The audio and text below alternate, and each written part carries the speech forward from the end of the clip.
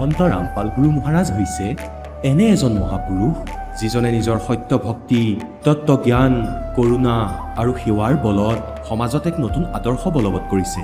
সন্ত ৰামপাল গুৰু মহাৰাজৰ নেতৃত্বত তেওঁৰ সকলো সৎলোক আশ্ৰমে কৰা বিস্ময়কৰ সমাজ কল্যাণমূলক কামে সমাজখনক সোণালী ভৱিষ্যতৰ এক নতুন আশা দেখুৱাইছে।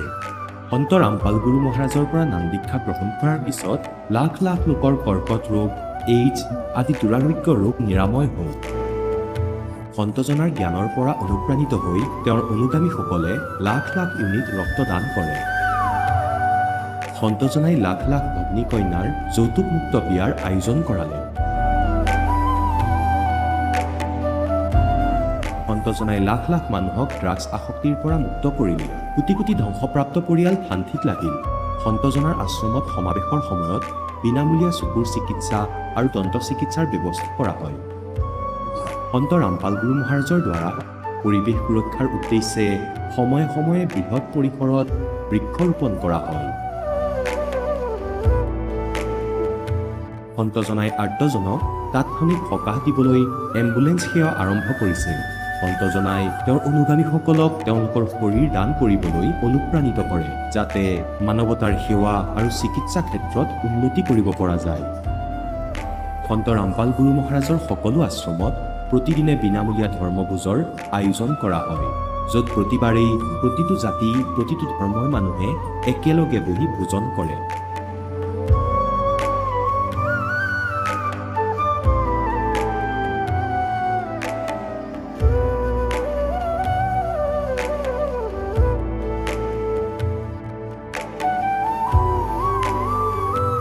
সন্ত ৰামপাল গুৰু মহাৰাজৰ আশ্ৰমত সহস্ৰাধিক বৃদ্ধ বৃদ্ধাই শ্ৰদ্ধা আৰু মৰমেৰে জীৱন যাপন কৰাৰ সুযোগ পায়। তেওঁলোকৰ থকা খোৱাৰ আৰু স্বাস্থ্যৰ সম্পূৰ্ণ দায়িত্ব সন্ত ৰামপাল গুৰু মহাৰাজে বহন কৰে। অনাথ শিশুৰ বাবে সন্ত ৰামপাল গুৰু মহাৰাজৰ সকলো আশ্ৰম বিশেষ বৰদানতকৈ কম নহয়, য'ত তেওঁলোকক শিক্ষা, সংস্কাৰ আৰু ভৱিষ্যতৰ বাবে উন্নত সুবিধা প্ৰদান কৰা হয়। বানপানী, ভূঁইকঁপ বা মহামাৰী যিয়েই নহওক, সন্ত ৰামপাল গুৰু মহাৰাজ আৰু তেওঁৰ অনুগামীসকল সদায় আৰ্তজনৰ বাবে আগৰণুৱা হৈ থাকে। কোভিড মহামাৰীৰ সময়ত সন্ত ৰামপাল মহাৰাজৰ আশ্ৰমৰ পৰা কোটি কোটি লোকক খাদ্য, ঔষধ আৰু জীৱন ৰক্ষক সামগ্ৰী যোগান ধৰা হৈছিল। দুখীয়াক সকাহ কৰাই হওক বা যিকোনো শোষিত বা নিপীড়িত শ্ৰেণীৰ অধিকাৰ আৰু মৰ্যাদাৰ বাবে যুঁজ দিয়াই হওক, সন্ত ৰামপাল গুৰু মহাৰাজে সদায় তেওঁলোকৰ সকলো ন্যায্য দাবী চৰকাৰৰ ওচৰলৈ লৈ গৈছে আৰু তেওঁলোকক উপযুক্ত ন্যায় প্ৰদানৰ ক্ষেত্ৰত গুৰুত্বপূৰ্ণ ভূমিকা পালন কৰি আহিছে। সমাজত আধ্যাত্মিক আৰু সামাজিক মূল্যবোধৰ প্ৰতি সজাগতা অনাৰ প্ৰতিটো পদক্ষেপতে সন্ত ৰামপাল গুৰু মহাৰাজ মানৱতাৰ প্ৰকৃত সেৱক হিচাপে প্ৰমাণিত হৈছে। সন্ত ৰামপাল গুৰু মহাৰাজৰ জীৱনে আমাক শিকাইছে যে প্ৰকৃত সেৱা সেইটোহে যিটো নিস্বাৰ্থভাৱে কৰা হয়। আহক আমিও এই মহান সন্তজনৰ এই মহান সেৱাৰ কামত যোগ দিম আৰু সন্ত ৰামপাল গুৰু মহাৰাজৰ পৰা নাম দীক্ষা লৈ আমাৰ জীৱন ধন্য কৰি তোলোঁ।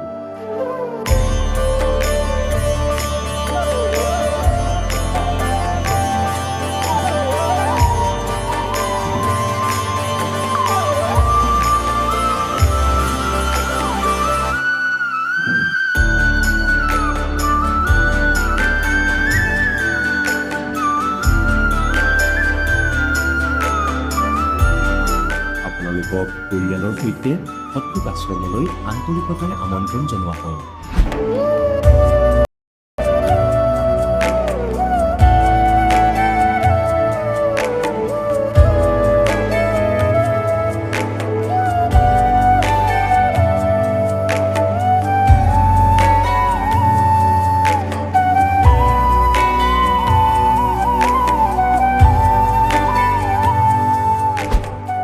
जब लग गुरु मिले ना साचा, तब लग गुरु करो 10 पाचा। গুৰু সলনি কৰিব পাৰিনে? গুৰু সলনি কৰাটো পাপ নেকি? আধ্যাত্মিকতাৰ এই ক্ষেত্ৰত আচলতে সঠিক গুৰু কোন? গীতাশাস্ত্ৰত বৰ্ণিত তত্ত্বদৰ্শী সন্তজন কোন? এই সকলোবোৰ প্ৰশ্নৰ উত্তৰ জানিবলৈ নিশ্চয়কৈ শুনক জগতগুৰু তত্ত্বদৰ্শী সন্ত ৰামপাল গুৰু মহাৰাজৰ মংগল প্ৰবচন। নমস্কাৰ ছাৰ। নমস্কাৰ ছাৰ। কি নাম আপোনাৰ? সুৰেন্দ্ৰ সিং মেহৰা মোৰ নাম। সুৰেন্দ্ৰ, আপুনি ক'ৰ পৰা আহিছে? ছাৰ মই উত্তৰাখণ্ডৰ জিলা নাইনিতালৰ হয়। সুৰেন্দ্ৰ, আপুনি সন্ত ৰামপালদেৱ মহাৰাজৰ পৰা নাম দীক্ষা কেতিয়া ল'লে? ছাৰ 30 মে 2020 মই নাম দীক্ষা লৈছোঁ। সুৰেন্দ্ৰ, আপুনি এতিয়ালৈকে কি কি ভক্তি সাধনা কৰিলে? ছাৰ মই বজৰংবলীৰ ভক্তি কৰিছিলোঁ আৰু ব্ৰহ্মা বিষ্ণু মহেশ্বৰ ভক্তি কৰিছিলোঁ, কিন্তু তাৰ পৰা একো লাভ হোৱা নাছিল। তাৰপিছত মই ক্ৰমান্বয়ে লাহে লাহে নাস্তিক হ'বলৈ ধৰিলোঁ। যদি মোৰ একো লাভেই হোৱা নাই তেন্তে মই তেওঁলোকৰ ভক্তি কৰি লাভ কি পাম? গতিকে মই যেতিয়াই কোনো মন্দিৰ বা ধৰ্মীয় স্থানলৈ যাওঁ য'ত পূজা পাঠ হয়, একোৱেই লাভ নাপাওঁ। তেন্তে কি কাৰণে আপুনি সন্ত ৰামপালদেৱ মহাৰাজৰ শৰণলৈ আহিলে? ভগতদেৱ, এনেকুৱা হ'ল যে মই মাৰ্চেণ্ট নেভিৰ ইঞ্জিনিয়াৰিং পদৰ সৰু ৰেংক এটাত আছোঁ। ছাৰ, এবাৰ কি হ'ল, আমাৰ তাত ইণ্টাৰভিউ পৰীক্ষা হৈ থাকে। সেই পৰীক্ষাৰ সময়তেই তাত এনে এটা পৰীক্ষা থাকে য'ত 100ৰ ভিতৰত 100 নম্বৰ পাব লাগে। তাত মই 96 নম্বৰ পালোঁ, 4 নম্বৰ মই নাপালোঁ। তাৰ বাবে মই 15-20 দিনৰ পৰা চিন্তাত আছিলোঁ। মই দিনে ৰাতিয়ে চিন্তাত পৰিছিলোঁ এই কাৰণে যে কেনেকৈ কৰোঁ, কি কৰোঁ। তেতিয়া লাঞ্চৰ সময় হৈছিল আৰু তেতিয়া আধা ঘণ্টাতকৈ বেছি সময় পাই তাত মই এজন ইণ্টাৰভিউ দিব অহা ল'ৰা পালোঁ। সন্ত ৰামপালদেৱ মহাৰাজৰ তেওঁৰ গুণগান গাই আছিল, কৈ আছিল যে সন্ত ৰামপালদেৱ মহাৰাজৰ পৰা নাম দীক্ষা লোৱাৰ পিছত মোৰ এয়া লাভ হ'ল। গতিকে মোৰ এনেকুৱা লাগিল যে যদি হয় সন্ত ৰামপালদেৱ মহাৰাজে যদি ইমানেই লাভ দিব পাৰে তেন্তে আপুনি মোকো এই লাভ দিয়াই দেখুৱাওক। ক'লে ঠিক আছে। তাৰপিছত আমি লাঞ্চ কৰাৰ পিছত মই ডিউটিলৈ গুচি গ'লোঁ। মোৰ এজন বন্ধু আছিল যি সদায় মিছা কথা কৈছিল। তেওঁ কৈছিল যে মোৰ হৈ গ'ল, মোৰ গোটেই কুৱেশ্যন হৈ গৈছে, পাছ কৰিলোঁ। তেতিয়া মই ভাবিলোঁ যে আজি ময়ো মিছা কথা ক'ম তাক, যে মোৰো হৈ গ'ল। সেইদিনা মই তেনেকুৱাই কৰিলোঁ। মই ক'লোঁ, ভাই মোৰো হৈ গ'ল। তেওঁ ক'লে যে ঠিক আছে দেখুওৱা। যেতিয়া কম্পিউটাৰৰ সন্মুখত বহিলোঁ, তাত নিজৰ কুৱেশ্যন এনচাৰ খোলাত দেখিলোঁ মই 100ৰ ভিতৰত 100% পালোঁ। তেতিয়া মই আচৰিত হৈ গ'লোঁ। মই ভাবিলোঁ এনেকুৱা কেনেকৈ হৈ গ'ল। সেই সময়ত মোৰ ধ্যান নাছিল যে মই অলপ আগতে সন্ত ৰামপালদেৱ মহাৰাজক এইটো কৈছিলোঁ যে মোক পাছ কৰাই দেখুৱাওক। তেতিয়া মই ভাবিলোঁ এনেকুৱাতো নহয় যে মই ধ্যান ক'ৰবাত বেলেগত দি আছোঁ বা সপোনততো এইবোৰ কৰি থকা নাই। তাৰপিছত মই গৈ মোৰ নিজৰ হাত মুখ ধুলোঁ। তাৰপিছত ৱালত চুই চালোঁ। তেতিয়া গম পালোঁ যে মই সপোন দেখা নাই। আকৌ খুলিলোঁ, আকৌ চালোঁ, তাতো 100ৰ ভিতৰত 100% নম্বৰ আহিল। তেতিয়া আগতকৈ বেছি মোৰ সন্ত ৰামপালদেৱ মহাৰাজৰ ওপৰত বিশ্বাস আহিল। তাৰপিছত লাহে লাহে তেওঁৰ সৎসংগ শুনিব ধৰিলোঁ। মোৰ বহুত ভাল লাগিল। তাৰপিছত মোৰ ইচ্ছা জাগিল লাহে লাহে পৰমাত্মাৰ পৰা নাম লোৱাৰ। সেই সন্ত ৰামপালদেৱ মহাৰাজৰ পৰা নাম দীক্ষা ল'লোঁ। সুৰেন্দ্ৰ, আপুনি সন্ত ৰামপালদেৱ মহাৰাজৰ পৰা নাম দীক্ষা লোৱাৰ আগতেই লাভ পালে। তেন্তে সন্ত ৰামপালদেৱ মহাৰাজৰ পৰা নাম দীক্ষা লোৱাৰ পিছতো আপুনি লাভ পালেনে? হয় ছাৰ, বহুত লাভ হ'ল। যেনেকৈ মই আগতে নিচা বহুত কৰিছিলোঁ, মানে চেইন স্মকাৰ বুলি ক'ব পাৰে মোক। বহুত বেছি চিগাৰেট খাইছিলোঁ। প্ৰায় 15-20 হাজাৰ টকা মোৰ মাহত চিগাৰেটৰ নামত যায়। মোৰ পেটত বহুত বেছি বদহজমিৰ প্ৰব্লেম আছিল। যেতিয়াই মই সন্ত ৰামপালদেৱ মহাৰাজৰ পৰা নাম দীক্ষা ল'লোঁ, তাৰপিছত মই যি আগতে বহুত বেছি চিগাৰেট খাইছিলোঁ, চিগাৰেট পান কৰিছিলোঁ, তাৰ বাবে মোৰ যি পেটৰ অসুবিধা হৈছিল, গেছ আদি হৈছিল, যিকোনো বস্তুৱেই কিয় নাখাওঁ মই সেয়া হজম নহৈছিল। গতিকে যেতিয়াই মই সন্ত ৰামপালদেৱ মহাৰাজৰ পৰা নাম দীক্ষা ল'লোঁ, যি দিনাৰ পৰা নাম দীক্ষা ল'লোঁ সেই দিনাৰ পৰাই মোৰ চিগাৰেটৰ পৰা মন একেবাৰে আঁতৰি গ'ল।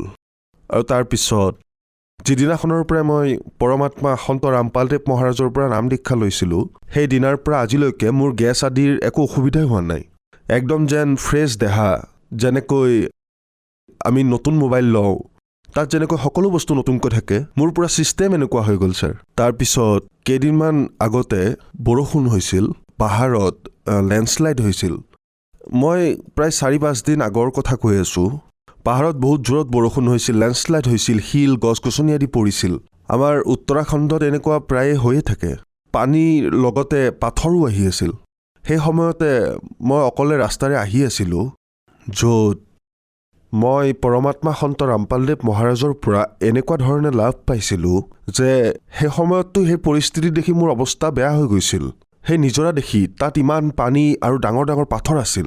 যেতিয়াই মোৰ গাড়ীৰ চকা, মোৰ মটৰচাইকেলৰ চকাই পানী স্পৰ্শ কৰিছিল, তেতিয়াই পানীৰ স্পীডো কম হৈ গৈছিল আৰু তাৰ সেই ডাঙৰ ডাঙৰ যিবোৰ শিল আছিল সেয়াও ৰৈ গৈছিল। গতিকে এনেকৈ মই প্ৰায় 160-65 কিলোমিটাৰ বাইক চলাই মই মোৰ যাত্ৰা সুকলমে সন্ত ৰামপালদেৱ মহাৰাজৰ আশীৰ্বাদত সুকলমে মই নিজৰ যাত্ৰা সম্পূৰ্ণ কৰিলোঁ। আৰু এটা কথা, আমাৰ মাৰ্চেণ্ট নেভিৰ চৰকাৰে এটা নিয়ম বনাইছিল যে প্ৰতি 5 বছৰৰ মূৰত আমি আমাৰ ডকুমেণ্ট আপডেট কৰিব লাগিছিল, আৰু সেয়া আপডেট কৰাৰ লগতে গভৰ্ণমেণ্টে আৰু এটা নিয়ম কৰিছিল যে প্ৰতি বছৰে সেয়া ৰিনিউ কৰিব লাগে। গতিকে তাত মই প্ৰায় এমাহ ধৰি সেই কথাক লৈ মই বহুত চিন্তাত পৰিছিলোঁ। মোৰ এটা সমস্যা হৈছিল, মই সমাধান বিচাৰি পোৱা নাছিলোঁ। গতিকে মই সন্ত ৰামপালদেৱ মহাৰাজৰ ওচৰত প্ৰাৰ্থনা কৰিলোঁ। যেতিয়াই প্ৰাৰ্থনা জনালোঁ, আমাৰ এই প্ৰচেছটো 14-15 দিনীয়া হয়, যি এক্সাম হয়, প্ৰেক্টিকেল হয়, প্ৰশ্ন উত্তৰ দিব লাগে, তাৰ পিছতহে আমাক সেই চাৰ্টিফিকেট দিয়া যায়, যদিহে পাছ কৰোঁ। এই যি প্ৰচেছ আছিল, মই সন্ত ৰামপালদেৱ মহাৰাজৰ ওচৰত প্ৰাৰ্থনা কৰাৰ পিছত, কিন্তু মোৰ 2 দিনৰ ভিতৰতেই গোটেই প্ৰচেছ কমপ্লিট হৈ চাৰ্টিফিকেট মোৰ হাতত আহি গ'ল। মোৰ এইটো বহুত ডাঙৰ লাভ হ'ল। আৰু এটা লাভ মোৰ এইটো হ'ল, মই হৰিদ্বানীত বহুত ঠাইত গ'লোঁ, বহুত প্লট চালোঁ, ক'ৰবাত মাটি চালোঁ, ক'ৰবাত বিল্ডিং চালোঁ, ফ্লেট চালোঁ, সকলো জেগাত গ'লোঁ। বহুতো সুধিলোঁ, কোনোবাই কমকৈ কয়, কোনোবাই বেছি কয়, ৰেটৰ কথা কতো ঠিকেই হোৱা নাছিল। গতিকে আকৌ মই গুৰুদেৱক, সন্ত ৰামপালদেৱ মহাৰাজক প্ৰাৰ্থনা জনালোঁ যে সন্ত ৰামপালদেৱ মহাৰাজ, মোক এটা সহায় কৰক, মই ঘৰ বিচাৰি পোৱা নাই, মই বহুত চিন্তাত পৰিছোঁ। যেতিয়া মই প্ৰাৰ্থনা জনালোঁ, তাৰ পিছৰ দিনাই যেতিয়া মই গ'লোঁ, মই এটা ফ্লেট পাই গ'লোঁ, যিটো ফ্লেট মই কিনিবলৈ গৈছিলোঁ। এতিয়া তাত মোৰ কাম পূৰা প্ৰচেছত আছে, তৈয়াৰ হৈ আছে। ভগতদেৱ, মই 70-80 লাখ টকাৰ লোন ল'ব বিচাৰিছিলোঁ, যিটো মই পোৱা নাছিলোঁ, কাৰণ এই ঘৰ আদি কিনাত বহুত টকা খৰচ হয়। সেয়া মোৰ হোৱা নাছিল। তাৰপিছত মই সন্ত ৰামপালদেৱ মহাৰাজক যেতিয়া প্ৰাৰ্থনা জনালোঁ, তেতিয়া মোৰ সেই লোনো পাছ হ'ল। ছাৰ, সন্ত ৰামপালদেৱ মহাৰাজৰ পৰা নাম দীক্ষা কেনেকৈ ল'ব পাৰি? সন্ত ৰামপালদেৱ মহাৰাজৰ পৰা নাম দীক্ষা ল'বলৈ টিভিত তলত এটা হালধীয়া শাৰী আহে। সেই হালধীয়া শাৰীটোতে তেওঁৰ নাম্বাৰ আদি লিখা থাকে, নাম আদি সকলো লিখা থাকে। আপুনি যদি তাত কণ্টেক্ট কৰে, তাৰ জৰিয়তে আপুনি নাম দীক্ষা ল'ব পাৰে সন্ত ৰামপালদেৱ মহাৰাজৰ পৰা। ধন্যবাদ ছাৰ। ধন্যবাদ সৎ চাহেব। এতিয়া জগতগুৰু তত্ত্বদৰ্শী সন্ত ৰামপাল গুৰু মহাৰাজৰ সৎসংগৰ মাধ্যমেৰে সেই অদ্বিতীয় আধ্যাত্মিক জ্ঞানৰ বিষয়ে জানি লওঁ, যাৰ মাধ্যমেৰে আপোনালোকেও প্ৰাপ্ত কৰিব পাৰিব এনেকুৱা আধ্যাত্মিক, মানসিক আৰু ভৌতিক সুখ, যি এতিয়ালৈকে কেৱল আপোনালোকে মীৰাবাই, ধ্ৰুৱ, প্ৰহ্লাদ আদি কেইজনমান ভক্তৰ জীৱন কথাতহে শুনিছে। এতিয়া শুনক তত্ত্বদৰ্শী সন্তৰ সৈতে শাস্ত্ৰ অনুকূল ভক্তি সৎসংগ, এনেকুৱা অদ্বিতীয় আধ্যাত্মিক জ্ঞান, যাৰ প্ৰমাণ আছে সকলো ধৰ্মৰ সকলো পবিত্ৰ শাস্ত্ৰত। ये कोट करता फिरता देखा, हर हट डोर कहूँ सुन देखा, ये चतुर्भुजी भगवान कहावे, हर हट डोर बंदे सब आवे। এতিয়া ইয়াত কি ক'ব বিচাৰিছে আদৰণীয় গৰীবদাসদেৱ পৰমাত্মাই?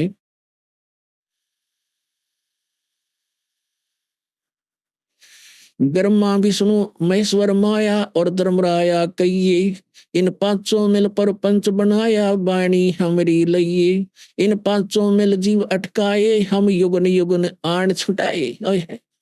গৰীবদাসদেৱে কৈছে, ভগৱান কবি চাহেবে কৈছে, এই 5জনে মিলি জীৱবোৰক বন্দী কৰি ৰাখিছে, আৰু মই যুগে যুগে আহি এই জীৱবোৰক মুক্ত কৰি সত্যলোকলৈ লৈ যাওঁ। बंदी छोड़ हमारा नामम, अगर अमर है अस्थिर ठामम, पीर पैगंबर कुतुब ओलिया सुर नर मुनि जन ज्ञानी। वही हो, पीर पैगंबर कुतुब ओलिया सुर नर मुनि जन ज्ञानी, एक को तोरा ना पाया जम के बंदे प्राणी। পুণ্যাত্মাসকল, যেতিয়া দাসে পৰমাত্মাৰ বাণী পঢ়িছিলে, के सुर नर मुनि जन 33 करोड़ी, ये बंदे सभी काल की डोरी। তেতিয়া দাসৰো বিশ্বাস হোৱা নাছিলে যে ইমানবোৰ দেৱতা, ব্ৰহ্মা বিষ্ণু মহেশ্বৰ ঋষিমণি, তেওঁলোকেও পথ পোৱা নাছিল। কি কৈছে গৰীবদাসদেৱে? পীৰ পেগম্বৰ और कुतुब ओलिया और सुरनर मुनिजन ज्ञानी, এই বিদ্বান পুৰুষ মহৰ্ষি, তেওঁলোকে সেই মাৰ্গ নাপালে, কালৰ বান্ধনত থকা প্ৰাণী, তেওঁলোক কালৰ জালতে থাকিলে। अमर करूं सतलोक पठाऊं, ताते बंदी छोड़ कहाऊं। কবি চাহেবে কৈছিলে, মই অমৰ কৰো আৰু তোমাক ইয়াৰ পৰা, কালৰ জালৰ পৰা মুক্ত কৰো, সেইবাবে মোক মুক্তিদাতা বুলি কোৱা হয়। মানে কালৰ বান্ধোনৰ পৰা মুক্তি কৰোতা। এতিয়া পুণ্যাত্মাসকল, এইটো ইমান ডাঙৰ চেপ্টাৰ, যেনেকৈ গৰিদাস চাহেবদেৱে কৈছিলে, সুন শিখৰ মে ধৰ্ম অন্যায়ী জিন শক্তি ডায়ন মেল পেঠাই। এতিয়া চাব, এইখন চিত্ৰ, এয়া এখন ব্ৰহ্মাণ্ডৰ চিত্ৰ, য'ত এই কাল থাকে। এয়া চাব,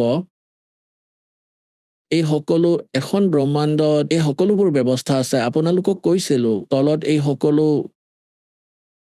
এই পাতাল, ৰসাতল, সুতল, তলাতল, আৰু এয়া পৃথিৱী লোক, ব্ৰহ্মাৰ লোক, বিষ্ণুদেৱৰ লোক, শিৱৰ লোক, বিষ্ণুদেৱৰ লোক, আৰু এয়া কমন স্বৰ্গ।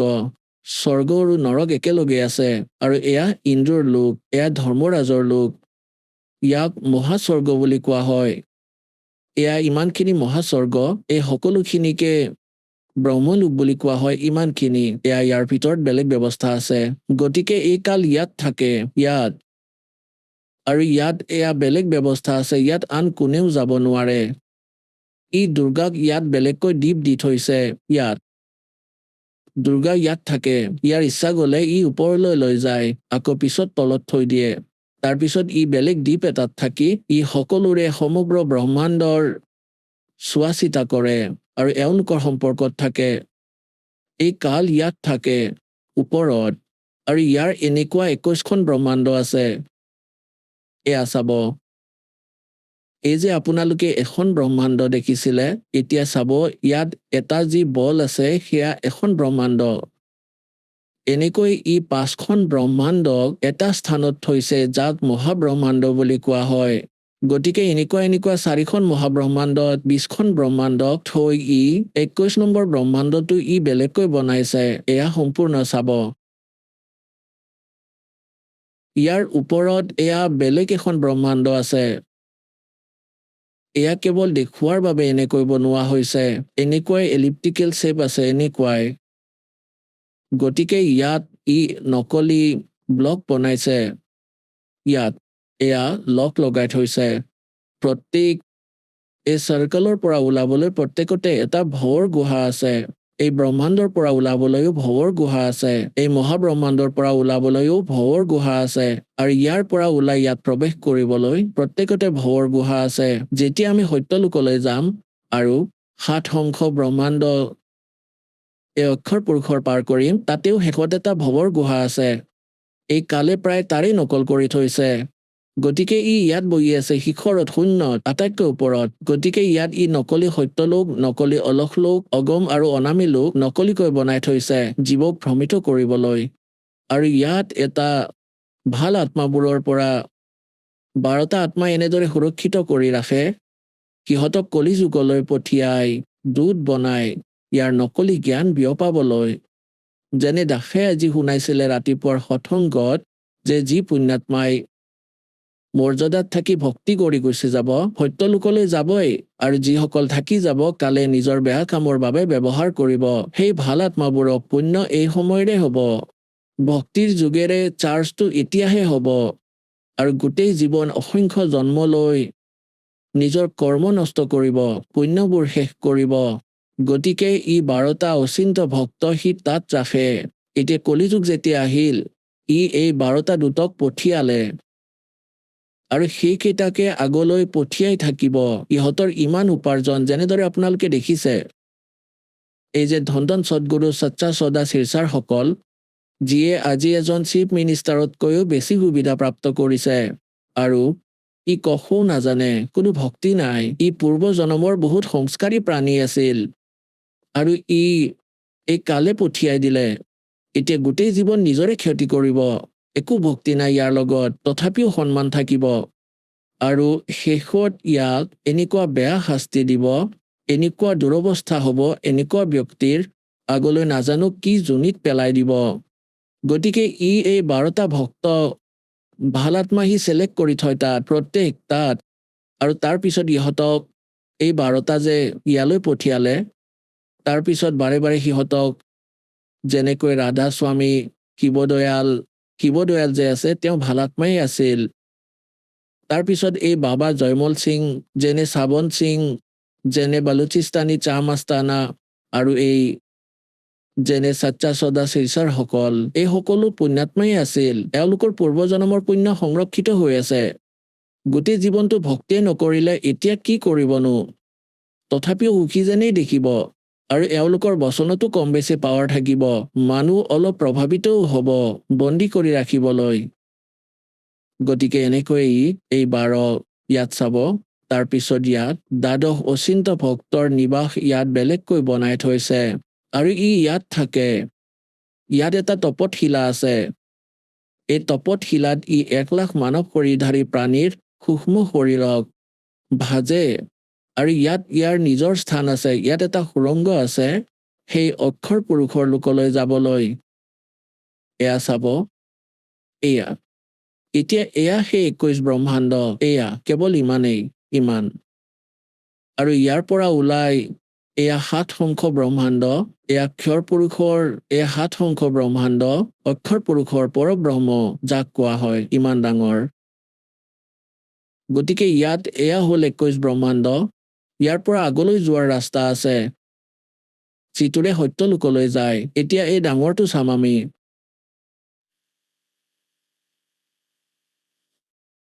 এতিয়া এয়া 21 নম্বৰ ব্ৰহ্মাণ্ড।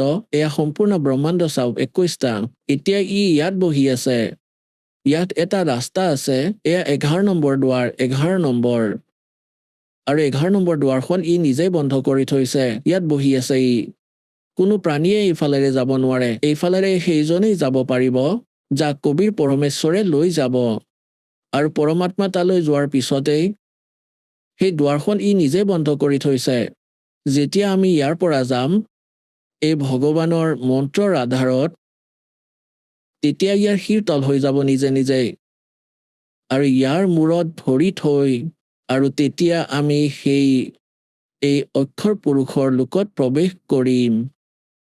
ইয়াত কালে এয়াই সেই 11 নম্বৰ দুৱাৰ, আৰু এয়া সেই এতিয়া ইয়াত চাম আমি সম্পূৰ্ণ ব্ৰহ্মাণ্ড। এয়া 21 নম্বৰ। এই 21 ব্ৰহ্মাণ্ড কালৰ ব্ৰহ্মৰ, আৰু এয়া হ'ল 11 নম্বৰ দুৱাৰ। ইয়াত প্ৰৱেশ কৰিলো।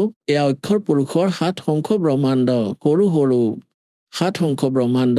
আৰু এয়া হ'ল সেই 12 নম্বৰ দুৱাৰ। এয়া হ'ল 12 নম্বৰ দুৱাৰ। সেয়া পাৰ কৰিলে তেতিয়া আমি সত্যলোকত পৰমাত্মাৰ চৰণত গৈ পাম। আৰু এই অসংখ্য ব্ৰহ্মাণ্ড হ'ল পৰমাত্মাৰ। ইয়াৰ স্থান অলপমানহে আছে, কেৱল ইমানখিনিয়ে আছে, ক্ষৰ পুৰুষ আৰু অক্ষৰ পুৰুষ দুয়োটাৰে মিলাই।